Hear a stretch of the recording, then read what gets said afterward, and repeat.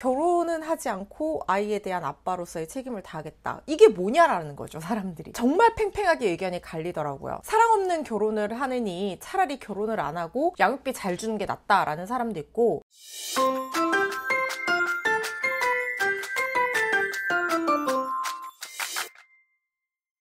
안녕하세요. 알려주고 파헤쳐주는 알파 변호사 허주연입니다. 최근에 정우성 씨의 혼외자 얘기로 정말 전국이 떠들썩했던 한 주를 보낸 것 같아요. 저도 방송 여러 곳에 나가서 앵커님이나 기자분들의 질문에 답변도 드리고 인터뷰도 하고 그랬는데, 혼외자라고 하는 용어부터 일단 궁금해 하시더라고요. 혼외자라는 말을 써도 되는 것인가? 네, 맞아요. 법률상 혼인관계가 아닌 사이에서 태어난 자녀를 우리는 혼외자녀 이렇게 부릅니다. 제가 그 뉴스를 처음 접했을 때 저는 집에서 서류 서면 쓰고 있었거든요. 근데 9시쯤이었던 걸로 기억하는데 갑자기 속보가 뜨는 거예요. 문갑이 아들 친부 정우성 막 이래서 전 드라마인 줄 알았어요. 뭐 드라마 같이 찍는다는 건가 이랬는데, 이게 실제 상황이고 뭐 몇 시간 좀 지나니까 정우성 씨가 공식 입장으로 친부가 맞다 이렇게 인정을 한 게 올라오더라고요. 저 무슨 가짜 뉴스인가 했는데 실화였습니다. 정말 이거 실화니 아이코너에 들어가도 될 정도로.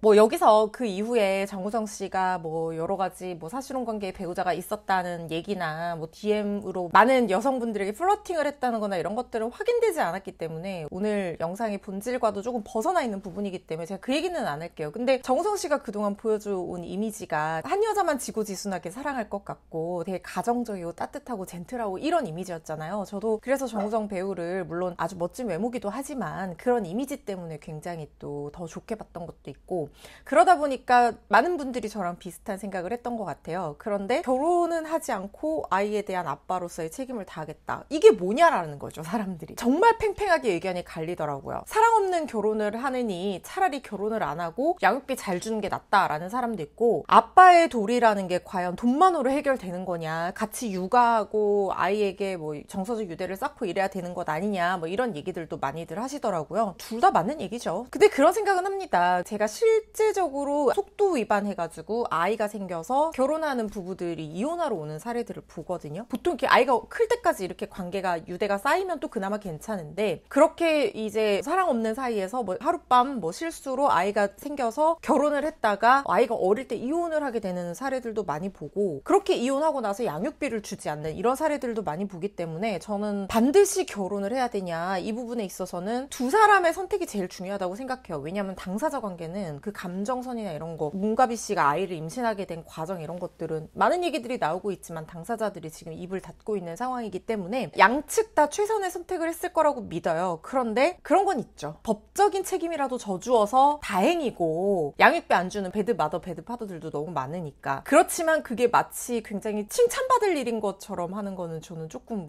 그렇다는 생각이 들더라고요. 당연한 도리를 하는 것이다. 뭐 책임지는 것이 당연한 것이 아닌가. 저는 뭐 그런 생각은 일단은 갖고 있습니다. 법률적인 관계 얘기로 들어가면 그러면 이제 어떻게 되냐는 거죠.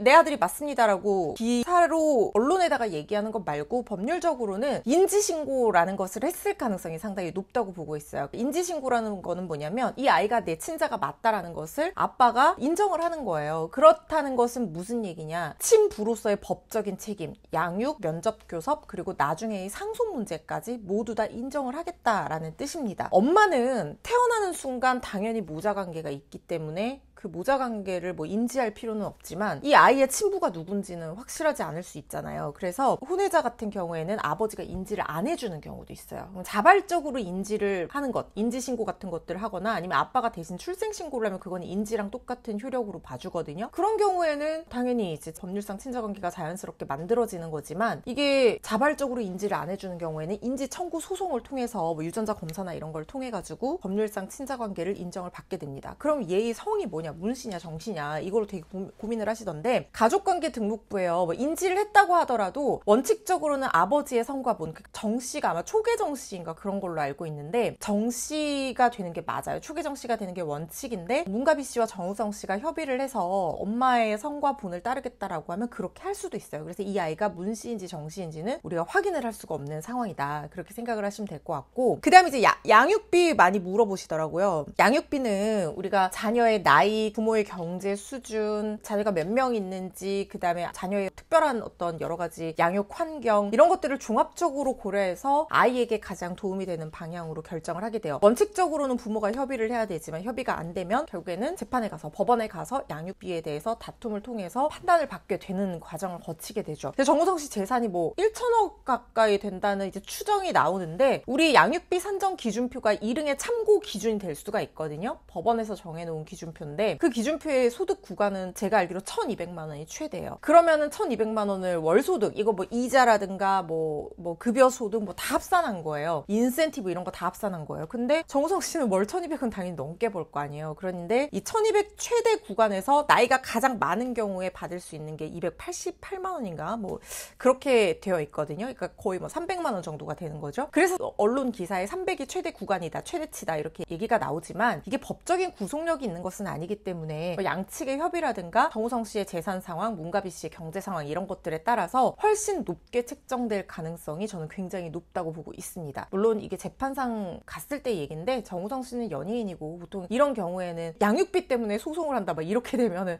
너무 이미지에 큰 타격을 또 한 번 입게 될 수가 있기 때문에 제가 생각했을 때 소송까지 가서 결정할 것 같진 않고요. 양측이 협의로 좀 원만하게 상당히 고액의 양육비가 책정이 되지 않을까. 제 생각에는 한 1,000에서 2,000도 우습게 책정될 것 같다는 생각이 들지만 이건 뭐 그 당사자의 사정은 제가 알 수 없는 거니까요. 한 2,000 정도, 1,000에서 2,000 정도는 받을 것 같다는 생각이 일단은 듭니다. 이건 그냥 뭐 저의 예상이고요. 아무튼 그렇게 될 것 같고, 그리고 또 한 가지 정말 말씀드리고 싶은 게 어떤 유튜브인지 제가 잘 모르겠는데 신문 기사를 봤더니 이런 게 있더라고요. 변호사가 분석을 했더니 정우성 씨가 문가비 씨와 결혼을 하지 않는 이유는 재산 분할 때문이다. 왜냐하면 재산 분할 결혼하면은 5년 지나면 30% 해줘야 되고 10년 지나면 50% 재산 분할 해줘야 되니까 정우성 씨 재산이 뭐 600억에서 1,000억 정도 된다고 하는데 10년 결혼 생활에서 절반 떼주니 10년 양육비 주는 게 낫다. 뭐 이런 분석이 있는 모양이더라고요. 근데 저는 그 분석에 정말 동의를 할 수가 없어요. 왜냐하면 일단 재산 분할이라는 게 10년 살았다고 해서 무조건 50% 가져가는 게 아닙니다. 5년 살았다고 해서 30% 가져가는 게 아니에요. 제가 재산 분할 관련한 제 영상에서 그렇게 일률적으로 절대 판단될 수 없다고 설명한 게 있을 거예요. 구체적인 내용은 그걸 한 번 더 참고를 해주시면 좋을 것 같고, 특히 지금 정우성 씨 같은 경우에는 어때요? 결혼하기 전에 자기가 배우 활동을 해서, 그러니까 문가비 씨와 이 관계가 생기기 전에 이미 다 모은 재산이라는 거 대한민국이 다 아는 사실이잖아요. 그러면은 이거는 정우성 씨의 특유 재산인 상황이죠. 그런데 만약에 문가비 씨와 결혼해서 혼인기간이 한 10년 정도 되고 아이도 열심히 키웠다 이렇게 된다고 하면 그 재산이 1,000억 그대로 있는 게 아니라 문가비 씨가 내조의 공이 있어서 유지 증식이 될 수도 있잖아요. 그렇게 된다고 하면 유무형적인 기여도를 어느 정도 인정받을 수 있기는 해요. 아무리 특유 재산이라고 하더라도. 그런데 그게 이 많은 재산을 정우성 씨가 특유 재산으로 해서 가지고 있는 상태에서 가정적으로 문가비 씨와 결혼을 해서 10년 결혼 생활을 했다고 해서 그 유지 증식이 막 엄청나게 커지거나 문가비 씨가 엄청나게 막 내조의 공을 많이 인정받을 수 있는 요소들이 있거나 이런 게 아니라 재산의 규모가 이렇게 많은 경우에는 10년 살았다고 해서 무조건 50% 인정이 되지 않습니다. 우리가 최태원 노소영 관장의 사례를 보면 알 수 있죠. 그때 노소영 관장이 35% 기여도 인정받은 게 막 엄청나게 많이 인정받은 거라고 막 뉴스 나고 했었잖아요. 어느 한쪽이 1,000억대 규모의 자수성가한 재산을 가지고 있는데 아내와 10년 결혼 생활을 했다고 하면 여러 가지 요소가 있겠지만 30%도 받기 힘들 거예요. 되게 아주 예외적인 경우가 아니라 10%에서 20% 정도 인정받으면은 잘 받는 거라고 할까요? 1,000억이 10%에도 얼마예요? 100억이잖아요. 뭐 10년 정도 결혼 생활 했다고 하면 뭐 내조의 공이나 유무형적 기여가 있다고 봐서 특별한 사정이 없는 한 그 정도는 인정을 받을 수 있을지언정 절대 일률적으로 50% 재산을 인정받을 수 있는 게 아닙니다.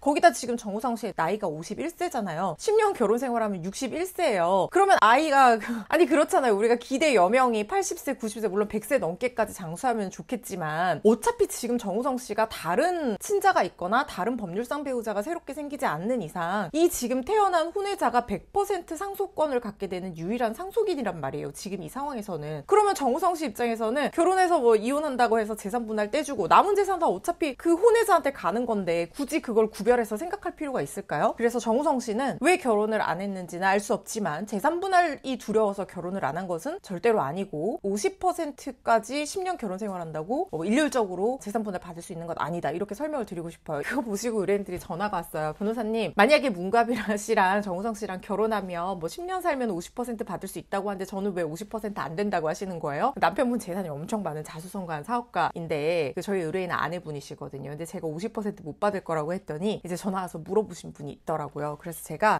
이거 영상 한번 찍어서 얘기해야 되겠다. 큰 오해를 받을 수 있겠구나 라는 생각이 들어서 말씀을 드렸습니다. 그래서 상속관계는 일단 뭐 말씀드린 것처럼 이 혼외자가 유일한 상속인인 상태이고, 만약에 정우성 씨가 뭐 어떤 뭐 사회적인 기부를 한다거나 다른 사람에게 재산을 증여를 한다고 하더라도 최소한 유류분을 청구할 수 있는 자격인은 되었다, 이렇게 생각하시면 될 것 같습니다. 그리고 만약에 정우성 씨가 또 좋은 사람이 생겨서 법적인 결혼을 하고 그 사이에서 또 아이가 생긴다고 하면 지금 이 태어난 혼외자와 새롭게 생긴 자녀는 1대1 동일한 권리로 상속을 받을 수가 있어요. 혼외자녀도 상속에 있어서만큼은 법률론상에 생긴 자녀와 동일한 권리를 인정받고요. 배우자는 1.5 이런 비율로 1.5 대 1대1 뭐 이런 비율로 상속을 받게 된다는 점도 말씀을 드려야 될 것 같습니다. 네, 참 대한민국을 뒤흔든 일주일이었고요. 많은 사람들이 충격 속에 보냈던, 왜 충격받는 거죠? 그런데 저희가 뭐 그런 일주일이었습니다. 오늘 알파 변호사 얘기는 여기까지 하고요. 재미있으셨다면, 또 유익했다면 좋아요, 댓글, 알람 설정, 구독 눌러주세요. 감사합니다.